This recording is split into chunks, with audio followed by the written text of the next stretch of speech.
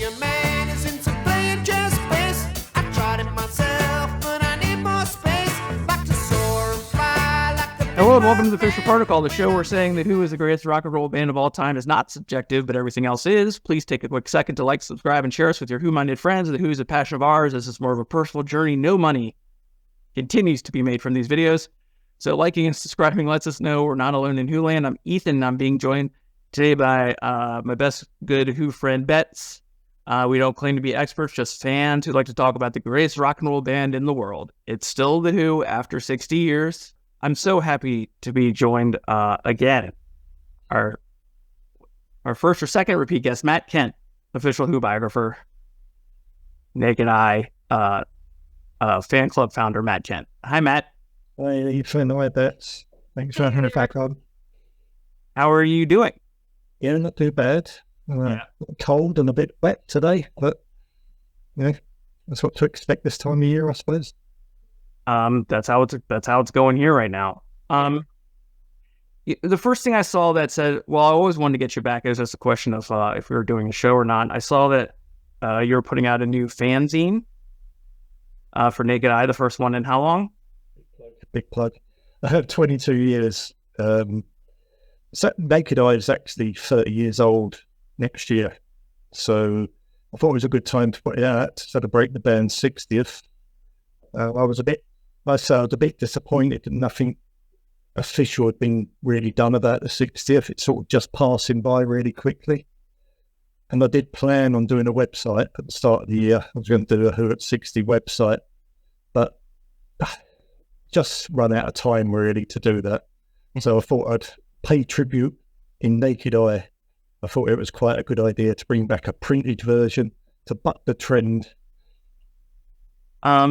It seems to me that these anniversaries, they have to be planned for years and years and years in advance.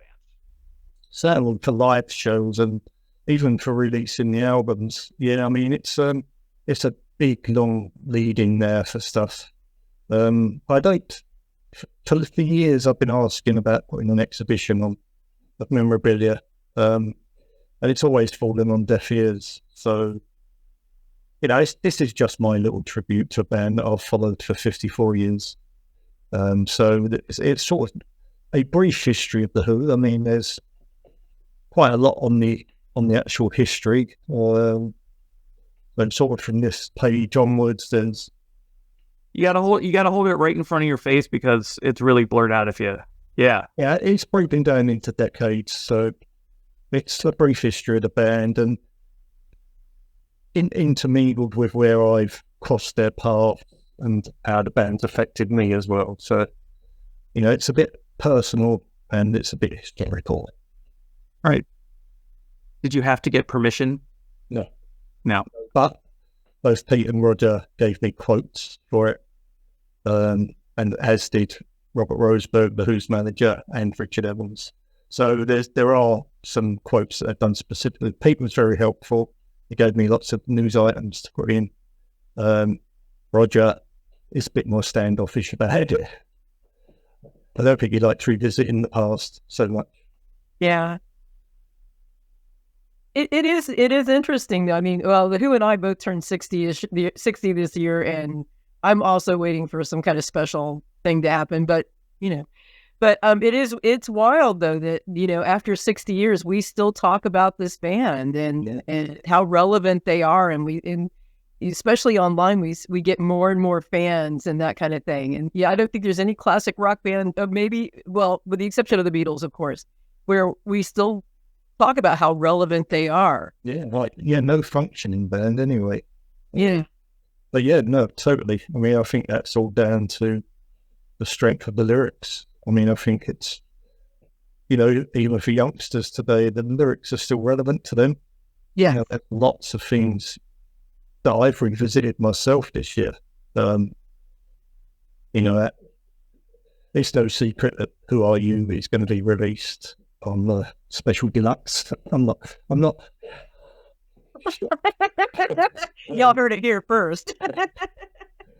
And I've been writing notes for that and even revisiting that album and what happened in 77, 78, Fuchs dying all sorts of things going on. I mean, it's quite interesting. I found that the most difficult album to actually write a concise history of, because there's so many different versions of what happened.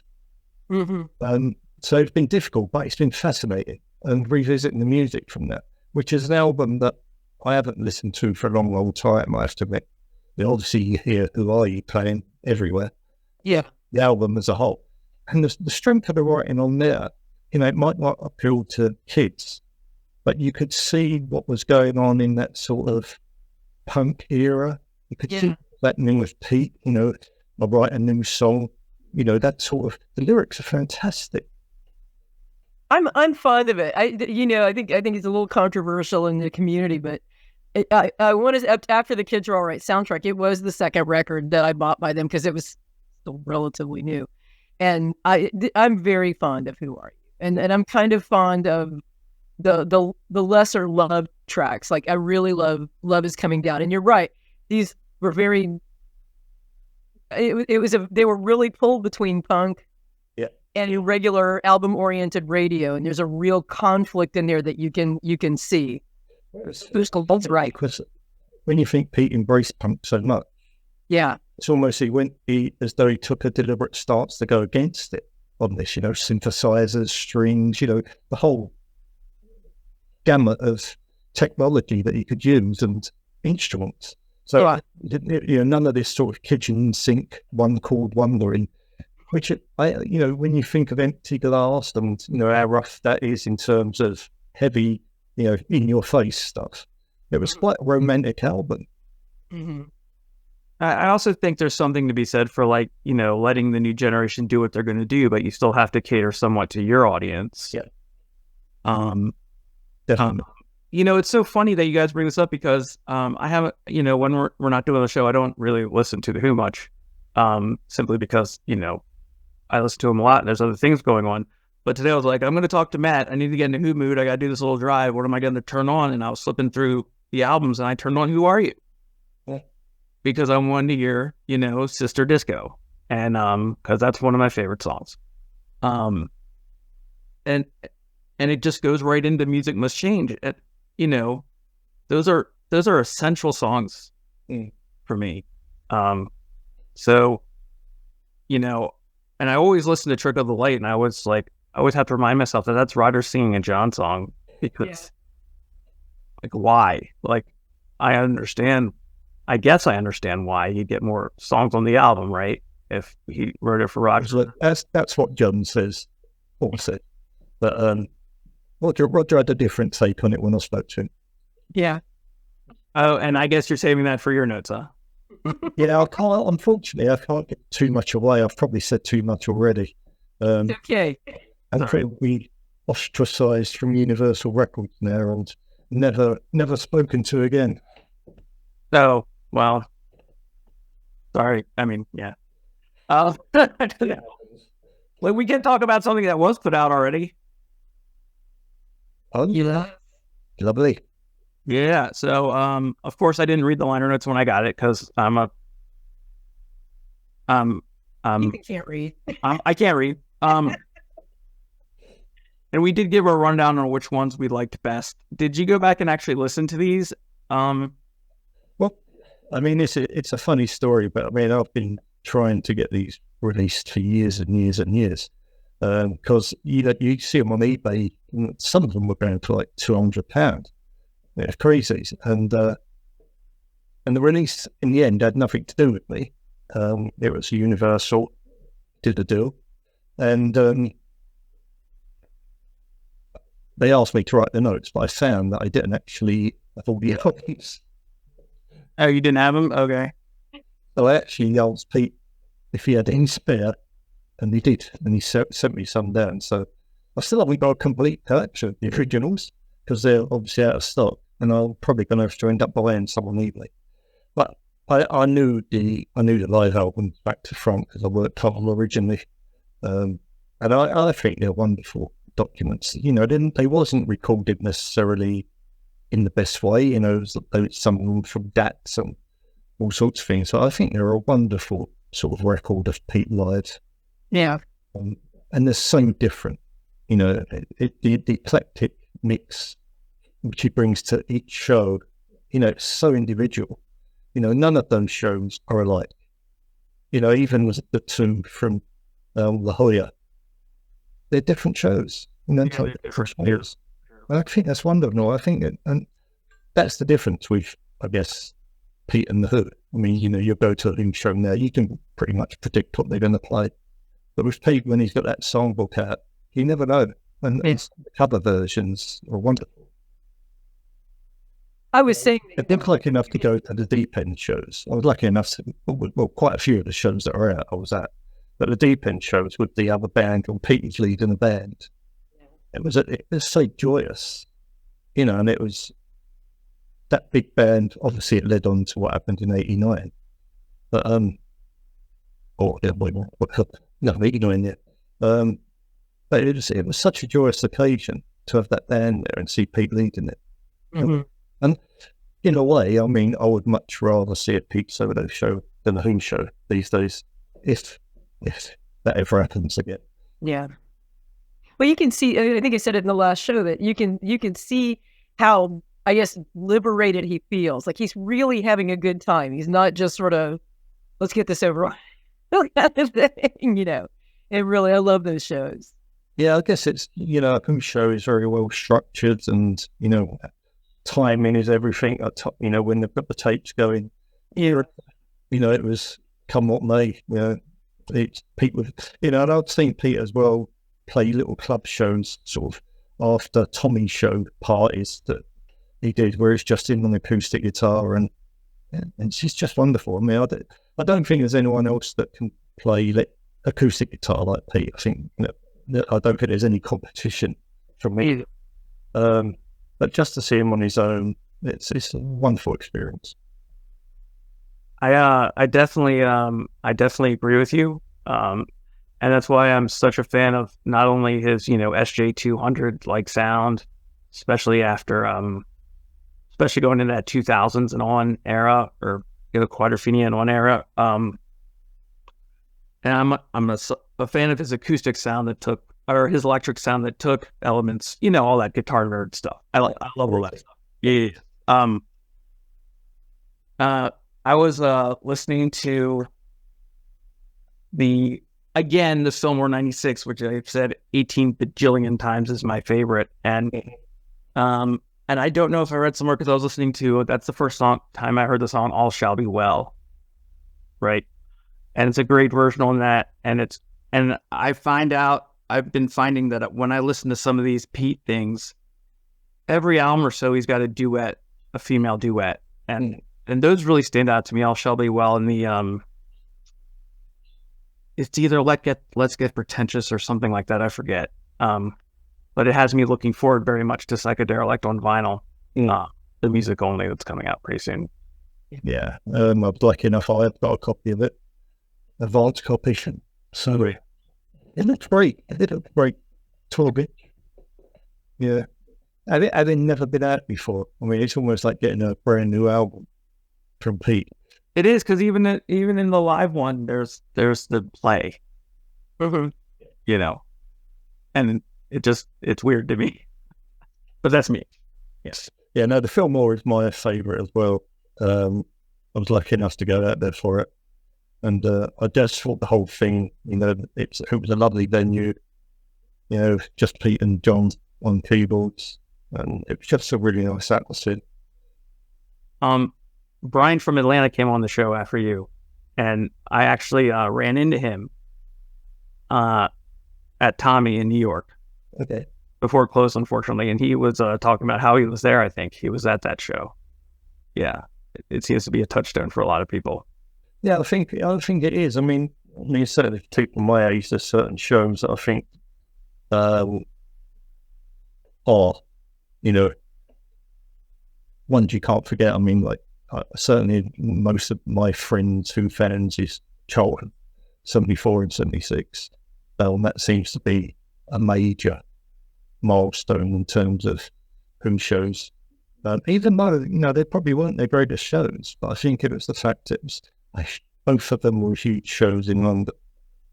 That's probably what it is, and I'm sure it's the same over there. There's people who probably remember Shea Stadium, BT2, and stuff like that, and film. There are people that I know that was at the film or in places like that, and it's just one of those things that is etched in your memory.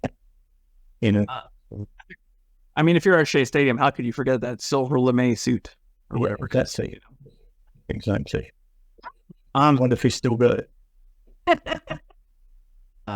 He still got that brown jacket, I know. Okay. Enough of that. He doesn't want to look into the past, though. Roger's moving forward, right? He wants to.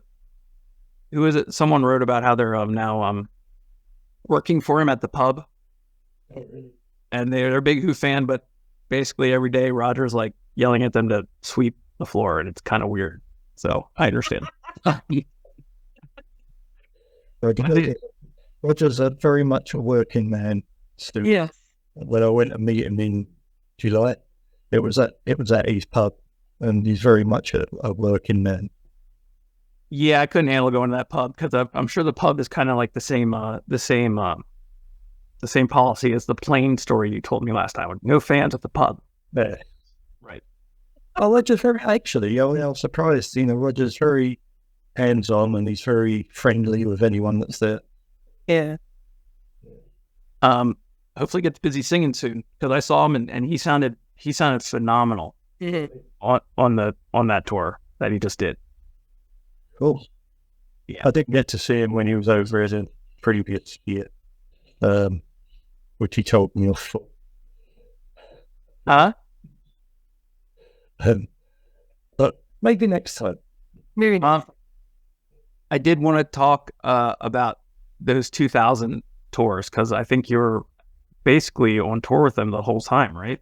Not 2000. No, 2000 was the first tour that I was actually working for Pete, but I didn't go out to the whole tour. Only certain shows.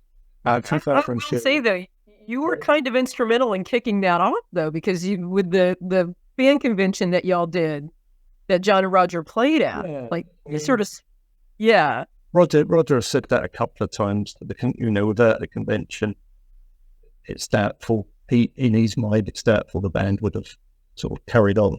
Yeah. But no, I mean, I'd only started with Pete in 98, and 99 was busy with Lifehouse. I don't think we probably realised how successful the website would be, Pete's website.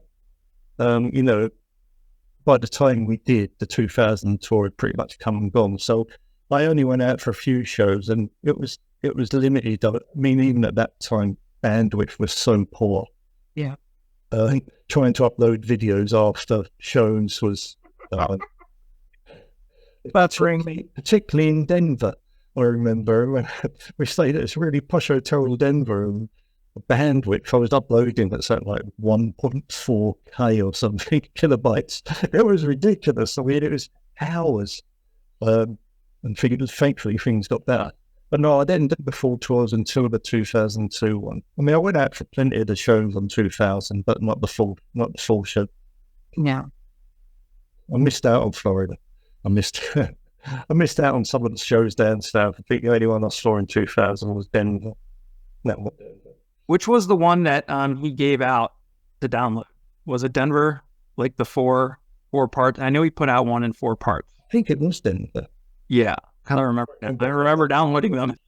We're celebrating 60 years of the band, but there's a good portion of that where they're not active, right? And I did listen to a little bit of our previous interview to get ready for this one, and you really downplayed. I think you really downplayed Naked Eye and the convention's role in getting the Who back to the stage. You said that Pete already had Quadrophenia in mind, but without that swelling of support and rumblings, that he wouldn't have thought maybe it was viable to get them back together. And I think you need to give yourself more credit for that, Matt. Absolutely. You kicked off a great era. I think so, but I think also it was a case of being, and I say this in the new Naked Eye, being in the right place at the right time. And I was lucky. We did an interview with Pete early January 96, when Tommy was being rehearsed for London. Yeah. And that was the first interview that went into Naked Eye. And we got on really well. I mean, yeah, we was expecting 30 minutes. And we got nearly 3 hours. Yeah. Which was great. And I think from that, because we was talking about stuff other than Tommy, that might have helped. The convention definitely helped. I mean, we got a lot of publicity in local papers and the London papers. We got TV coming down. We had Sky TV and one of our channels, ITV, came down and did news reports on it live. Mm-hmm. So we managed to, we tried everything we could to get the word out and get it publicised. It's really difficult to say. As I say, Roger has said to me a couple of times about it. But I think it just happened at the right time. Yeah. We weren't, there were 6 of us that organised the convention. And we was just annoyed that the band's legacy was being undermined by the record company continually putting out really bad compilations and greatest hits. Yeah. He's just regurgitating everything without, any thought to how it was presented or anything like that. And it was around the time that, a year after 30 years Maximum RB came out of Chris Childress, and the reissue program was taking place. So there was some new material coming out, new older material, but additional tracks. And I think we just we copy rode that wave. And I don't underplay the importance of what the convention was, because it obviously did. It contained the nucleus of the band that would become the Who touring band. Yeah. But whether it was really the thing that kick-started it, I don't know. I'd love to think it was. And, I would love to say, the last 30 years have been down to many. But it's difficult. I mean, I think it helps. Well, it's like it's everything happening together. Pete, Pete, whether he wanted to be artistically fulfilled or get a little cash infusion, or the other guys are ready, and it all happens at the same time as the box set. It all happens at the same time as convention. There's a number of elements that sort of all came together. Yeah. You can almost feel the boardroom of it all going, hey, people are starting to talk about the Who again. Let's get this thing going. I think that's what it did. I mean, I think there's certainly and I give Chris Charlesworth a lot of credit, because without the reissue program, it would have still been greatest hits after greatest hits. You remember that even when they did get back together, it was a long time before an album, new material. Yeah. Those reissues with the 3 or 4 additional tracks, I think really kept interest, and it kept the journalists' interest when they were reviewing. Yeah. What wealth of material there was available that previously we didn't know about. So I think that really helped. Like that 30 years, like what did I hear first time on that? I never heard Life with the Moons until I heard that. I never heard Dreaming from the Waste, basically. I mean, I was still very new at that time. Mm-hmm. And, that was the first version of The Real Me I ever heard, and I still like it, no matter, Yeah. I got to say, too, I came back to the fandom around that time. I'd been out in the wilderness for a little bit. But I want to say, also, Fletcher's Moon biography came out around that era, too, because that's what kicked it off for me, and then, of course, I went right into the box set and everything else. But I think that had a somewhat of an impact as well. Yeah, that came a couple of years later. Yeah. On 98, because when we did the 98 convention, that's where Tony launched the book as well. Yeah. But yes, certainly. I mean, the fact that there was a really informed book on the band that came out, and Tony was instrumental in the air coming out as well. I'm not sure if I mentioned it last time, but he had lunch with the CEO of Barnes and Noble. Yes. Then the book came out, and Steve Riggioda, who was the CEO then, said he was looking for a Who book, and luckily Tony knew we had the one that was near enough ready off the shelf. So he was instrumental with that, and I'll always thank him for that. It's this Signal. yeah. So I had some work done in this room in the past year, and I had to take everything in this room and put it down in the basement. And I had one box that was the Who's Next box set. It was your 2 books, and like 2 other things. And I think I threw my back out. So it was strange the other day because I was looking through my books and I came across one of the Ross Alfin ones that he did for Genesis, and at the back of it he dedicates it to me, and it said to very much keeping the spirit of the Who alive. Yeah. And on the Genesis book. Sorry, Genesis book, yeah. Oh wow, okay. In the what one is it? The first one, the live one, yeah. And then when I started doing this Naked Eye again, which only took me, I'll be honest here, I did it all from memory. I wrote the whole thing from memory without referring to any reference books or anything. But it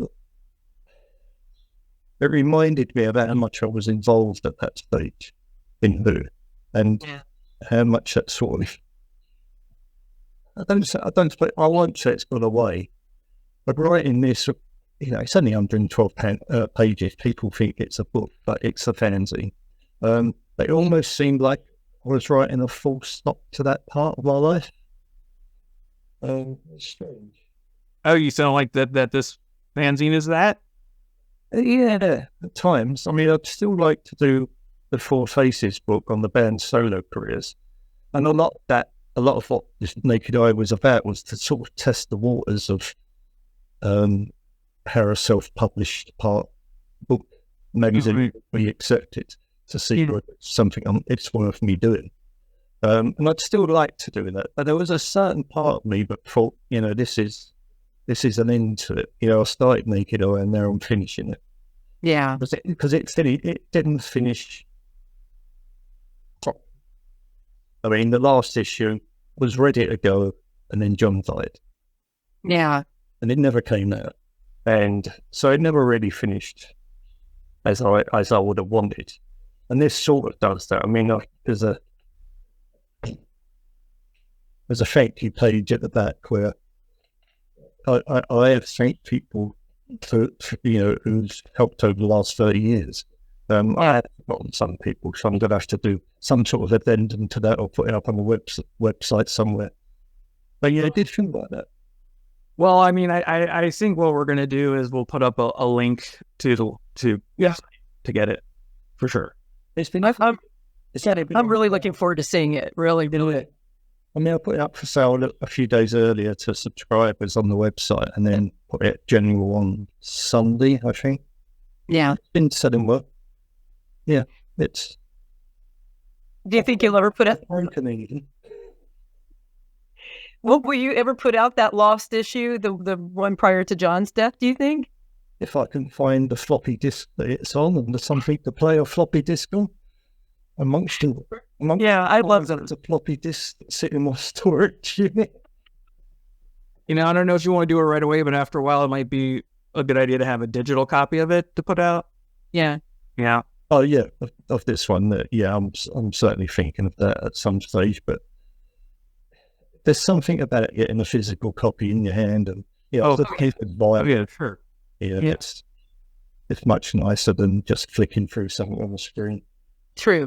That's yes, I agree with that one. I have too many books, but I'm happy to add it. No, it's not that thick. It'll fit nice. I can. It'll fit there. I got to say, I've been a little down lately, and when I saw that you opening the package and saw it in there, I got really excited. I was like, oh, and I wrote you right away to come on. Yeah. Thank you. And you open with look at the bleeding box. Sorry? Look at the bleeding box. Yeah, I didn't know many people would get that. It was cute. So, I have 2 more questions. One is, I got it from a friend of mine, Brad, who sends me some things from time to time. And he said, and I don't know if you have any knowledge from Pete and Roger's recollections, he says he's always been curious about how Roger, John, and Keith reacted the first time he heard Pete play them demos for Bob O'Reilly and We'll Get Full Again. And do you know, and since you've basically written the book on Who's Next, is there anything that popped up from there, like initial? They were blown away from it. Blown away with it. Whilst they might not have necessarily grasped the story behind Lifehouse, they certainly realised how strong the music was. Pete's doing this thing next week in London or in England, West London, about synthesizers, because he's given or donated a lot of these synthesizers to his old art college. Yeah. Now the University of West London, and he's doing the talk there, which is probably going to be really, really fascinating. But yeah, from what I know, they were blown away by the music. And they got to the stage, I guess, after Tommy, where they just trusted Pete, to get on with it. Mm-hmm. Knew that whatever he would come up with would be great. Yeah. Well, I don't think that ever let them down. I think if you look at any of the albums, even going up to Face Dances and It's Hard, you got to realise there's a lot of stuff going on in the background there. Yeah. But it's some pretty strong music there. It's not my favourite period, but I just think that Roger probably got frustrated, certainly 78 with Who's Next, with Who Are You, about just recording over Pete's demos. Mm-hmm. Pretty much what they were doing, rather than playing as a band or putting their own sort of mark on it. But I think overall, when you've got a songwriter like Pete, you're not going to question it. Yeah. Well, it's really hard to just jam out to guitar and pen, right? It's got movements and ups and downs and,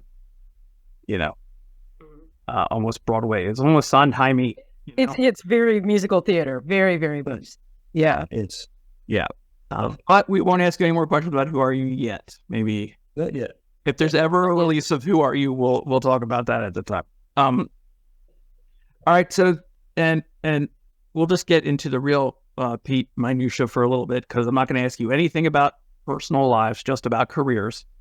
Pete has definitely had a helping hand with his family, as everyone should. Who gets to that position? What's the point unless you can help people? Raise your hand if you here bought Winterland. Raise your hand. I bought Winterland. I'm going to. I'm a child that I also found a five-a-side football, techno house trance mix, and I bought that on vinyl recently, and that's amazing. I feel like you must have been working for Pete at that time, right? Or was that right before? Well, when Emma did her album? Bobby came out with her album, it was, I think it might have been just before I started with it. Okay. I was going to ask you if you had any recollections about that album or anything having. Yeah. I think Emma's got a great voice. I think she's really talented, and it's a shame she didn't do follow up. So I really loved the Winterland, wasn't it? Yeah, I really loved it, and it really fell into I was listening to some of it again. I'm very reminiscent of Tori Amos around that time, kind of stuff, and just any thoughts on that, or why it didn't do better. I thought it didn't do very well, right? Or it did fine, or I don't know. I guess if you are a child of someone famous, then you've got additional pressure on you. You look at James McCartney. He's never hit the heights. Danny Harrison. They've never, even Julian Lennon. That it had that initial burst, but it must be really difficult to carry that name with you. Yeah. And I think Pete produced it, right? He produced the album. And And I think so. I'm pretty sure. I'm going to fact check myself right now because Yeah. I'm going to fact check myself right now because leave me alone in the comments, people. You think I would know this? You think I would know this if I'm looking at doing the album on their solo careers? Yeah. Oh yeah, you were talking about doing the look on that. I did. I'm excited. I'm really excited about. I am intrigued because as a John fan, we have discussed his solo albums, but yeah, there's still a lot of things that we don't know about, or at least I don't know about the making of them. So Yeah. that's terribly exciting to me, and you're going to do that. Try to. Yeah, I mean, it's the John ones are, you see, almost like he did them in secrecy to a certain extent. Yeah. I'm going to try and do that. I've been doing it for years, but I've never had the time because of working. Man, I'm going to hold you to it. Yeah. What the? I'm with this book. I need to know all about the making of Rigor Mortis sets in because it sounds like an adventure. Eventually. But it's, as I say, when you write a book with that sort of detail, you need a lot of time to do it and lots of research. And I've just never had that time to do it properly because of work. And I'd love to be able to take a year off just to research it properly and write it all properly. Yeah. Maybe one day. I mean, I'm still dragging around the old mock-up of the cover that I've been had for years and years, which is so out of date now. But I hope to do it because I think it's an area that hasn't really been covered in any great detail. And we look at like Roger's solo album basically kind of spelled the end of Lambert and Stamp, Rock Herbishley. So there's impacts there that, I mean, yeah. Yeah, I think Lambert and Stamp though signed their own death warrant a long time before that. Oh yeah. You see, a lot of it came to a head there. Yeah. And that's an interesting story on its own, Absolutely. outside of it. So there is a lot still to write about, and I did really want to do. I say in Naked Eye, this is not a concise history to do that. I'd need a 700-page book, and you would. I mean, I think there's still a lot to write about the thing that hasn't been written about. Yeah. And there's a few projects I'd like to do, but it's just, I guess we'd make it up when we did Anyway Anyhow. The fact that I worked for Pete opened a lot of doors, so we could get people to talk. Once I'd left working for Pete, a lot of those people no longer talked to me, if that makes sense. Yeah. So getting people to talk might be a problem. We'll see what the future brings.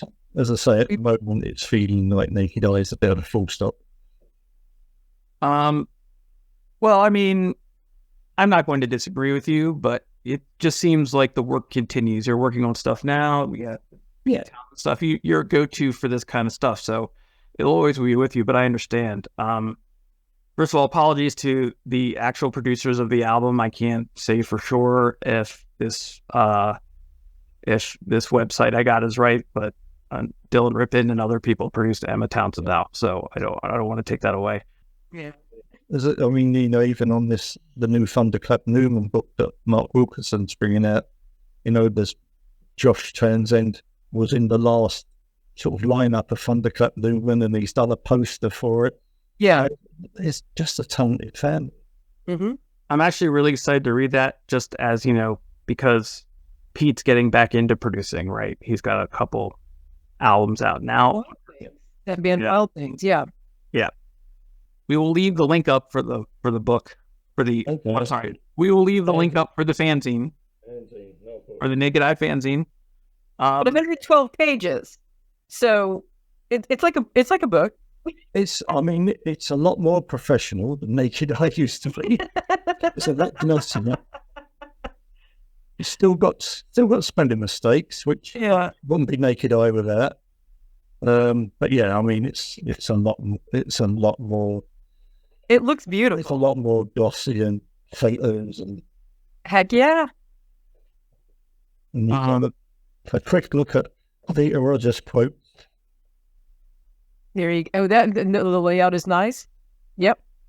So yeah, as I put on the back, ripping off Pete's quote on the back of "Who Are You?" All written, designed, and published in one ginormous ego trip by me.